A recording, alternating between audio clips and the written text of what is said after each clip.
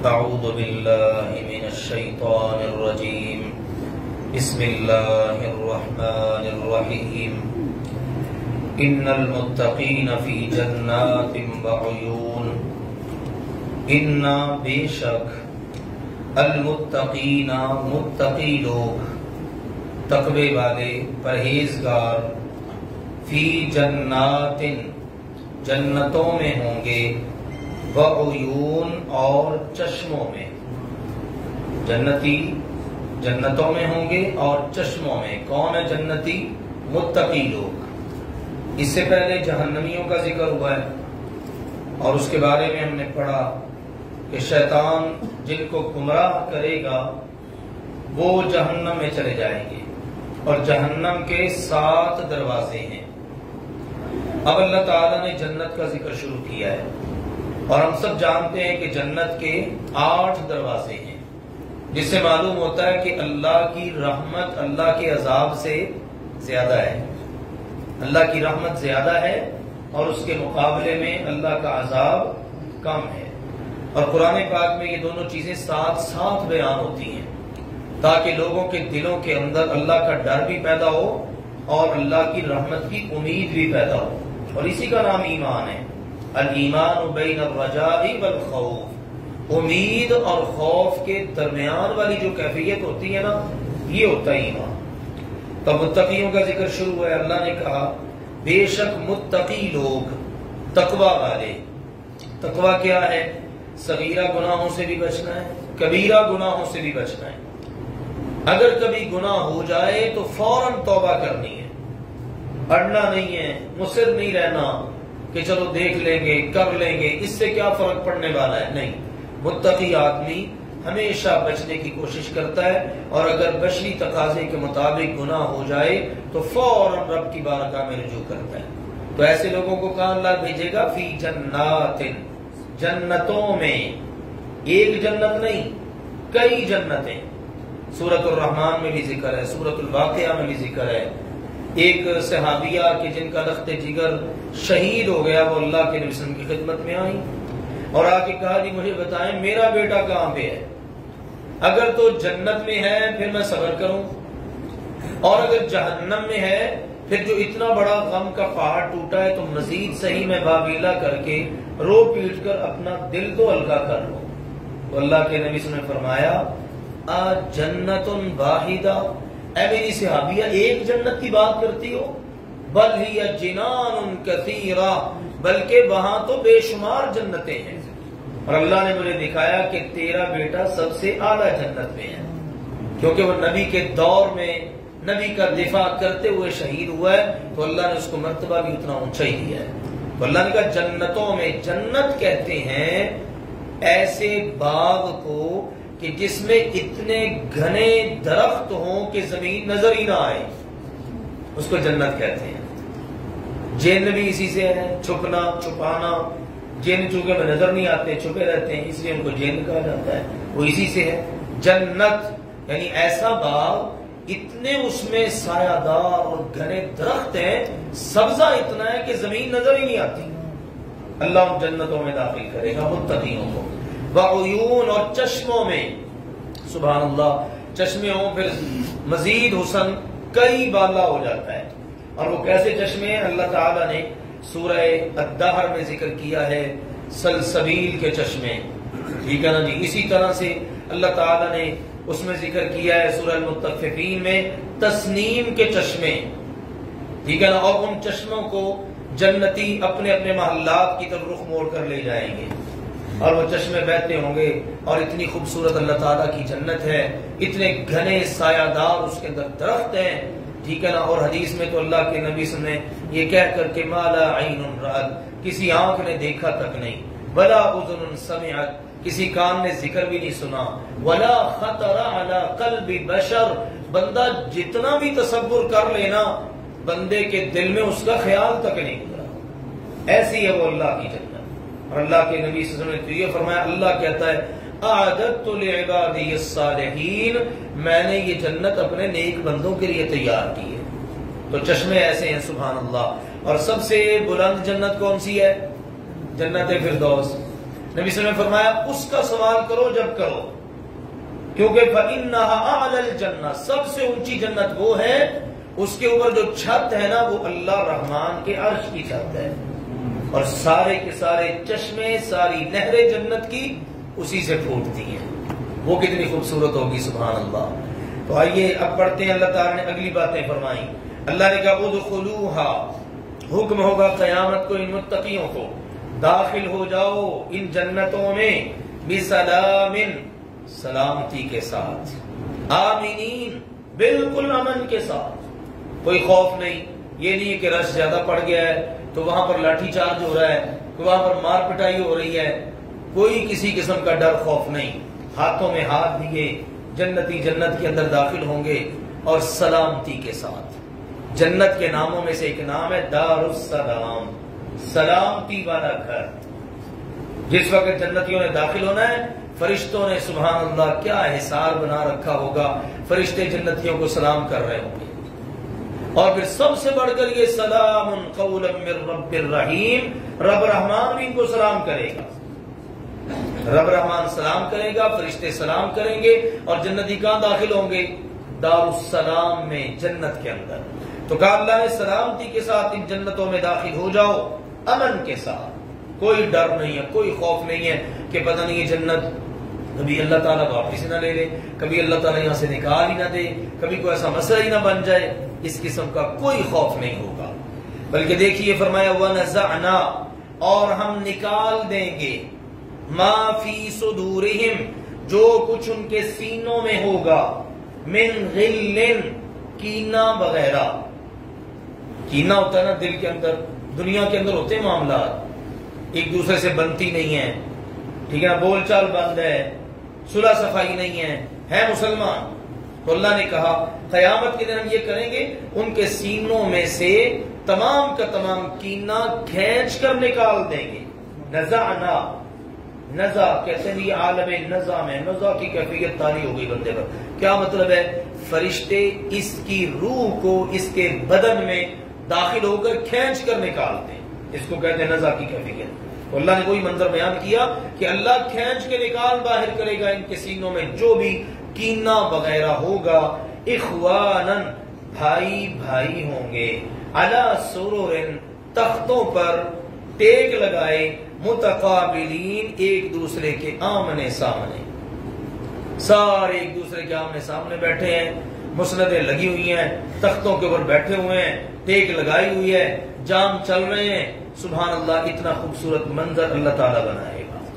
نبی اکرم صلی اللہ علیہ وسلم نے فرمایا سارے جنتیوں کے دل ایک دل کی مانند ہو جائیں گے، ایک دل کی مانند، لا اختلاف بینہم، کوئی ان کے درمیان اختلاف نہیں ہوگا، ولا تباغض، آپس میں بغض بھی نہیں رہے گا۔ اللہ کے نبی سے فرمایا جس وقت جہنم میں سزا پانے والے سزا پا لیں گے نا، ان کو وہاں سے نکالا جائے گا، چلو بھی اب جنت میں جانا ہے۔ اب جنت میں جانے سے پہلے جنت اور جہنم کے درمیان ایک پل پر ان کو روکا جائے گا، پل پر روکا جائے گا۔ اب ان کے درمیان دنیا کے اندر جتنے بھی معاملات ہوئے ہوں گے نا، کسی نے کسی کو مارا ہوگا، کسی نے کسی کا حق دبایا ہوگا، کسی نے کسی پر ظلم کیا ہوگا، اب اللہ تعالیٰ وہاں پر قصاص دلوائے گا، سارے معاملات اللہ صاف کرے گا، پھر اللہ تعالیٰ دلوں کے اندر محبت بھر دے گا، پھر یہ سارے کے سارے اس محبت سے سرشار ہو کر جنت میں چلے جائیں گے۔ اب وہاں پہنچیں گے تو سارے بھائی بھائی ہوں گے۔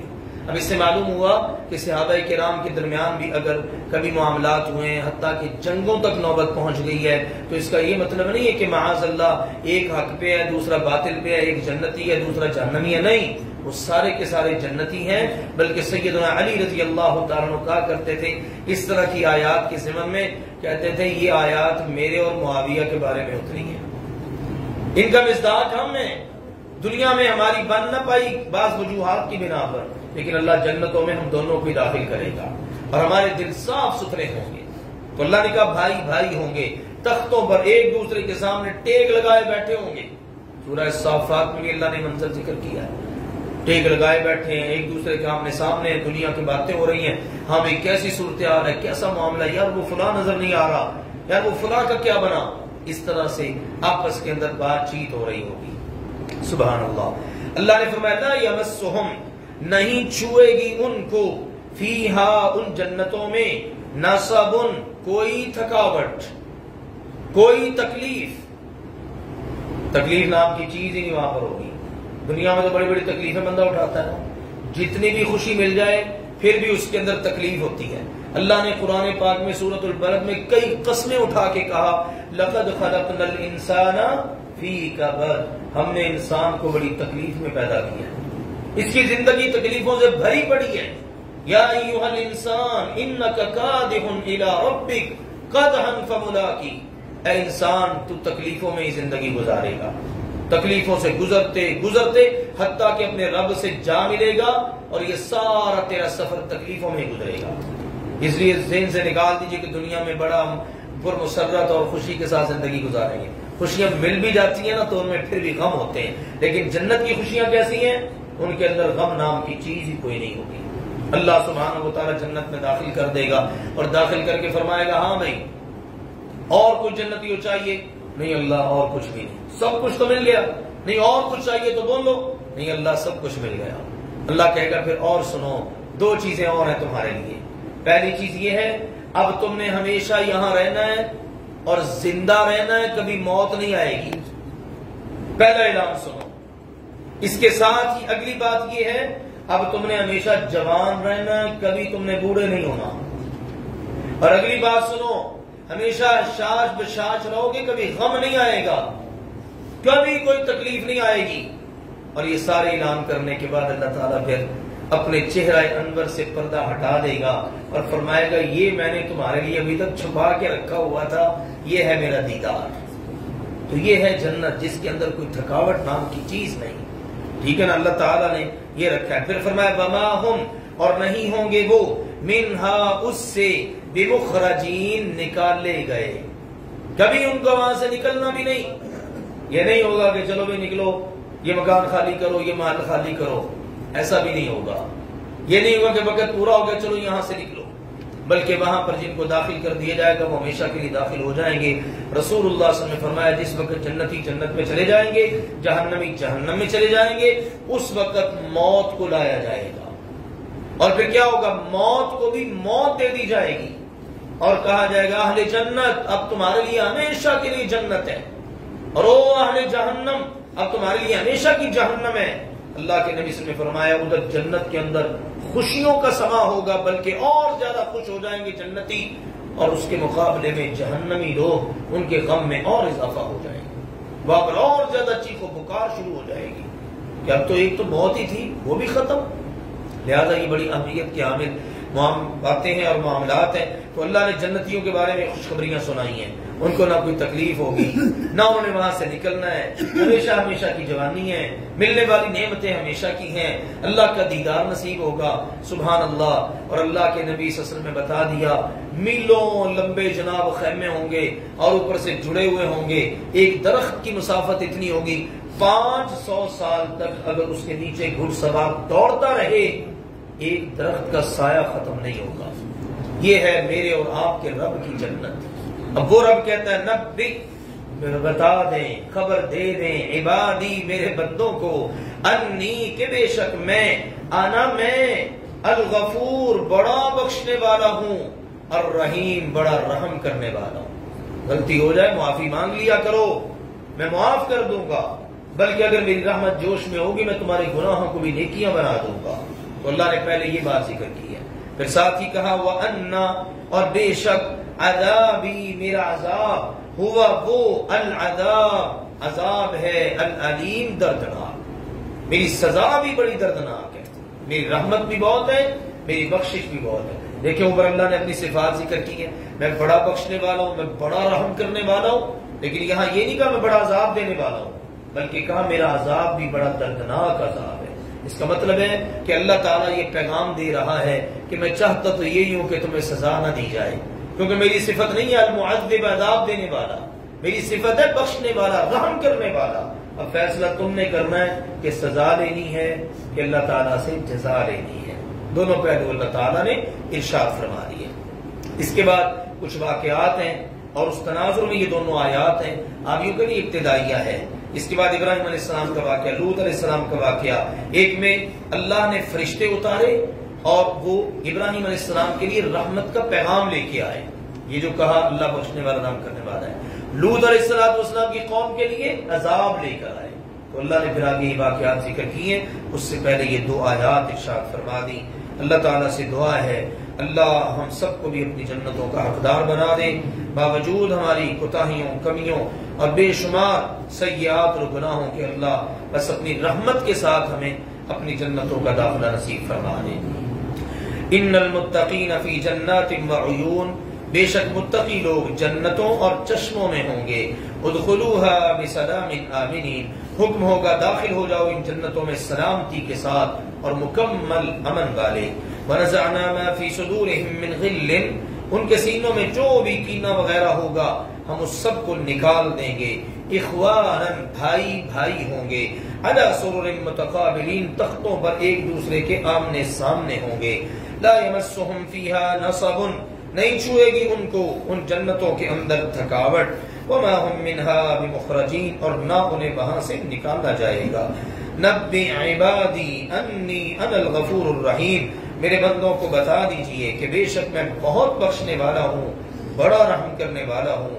وان عذابی هو العذاب العلیم، اور یہ بھی بتا دیں کہ بے شک میری سزا بھی بہت دردناک سزا ہے۔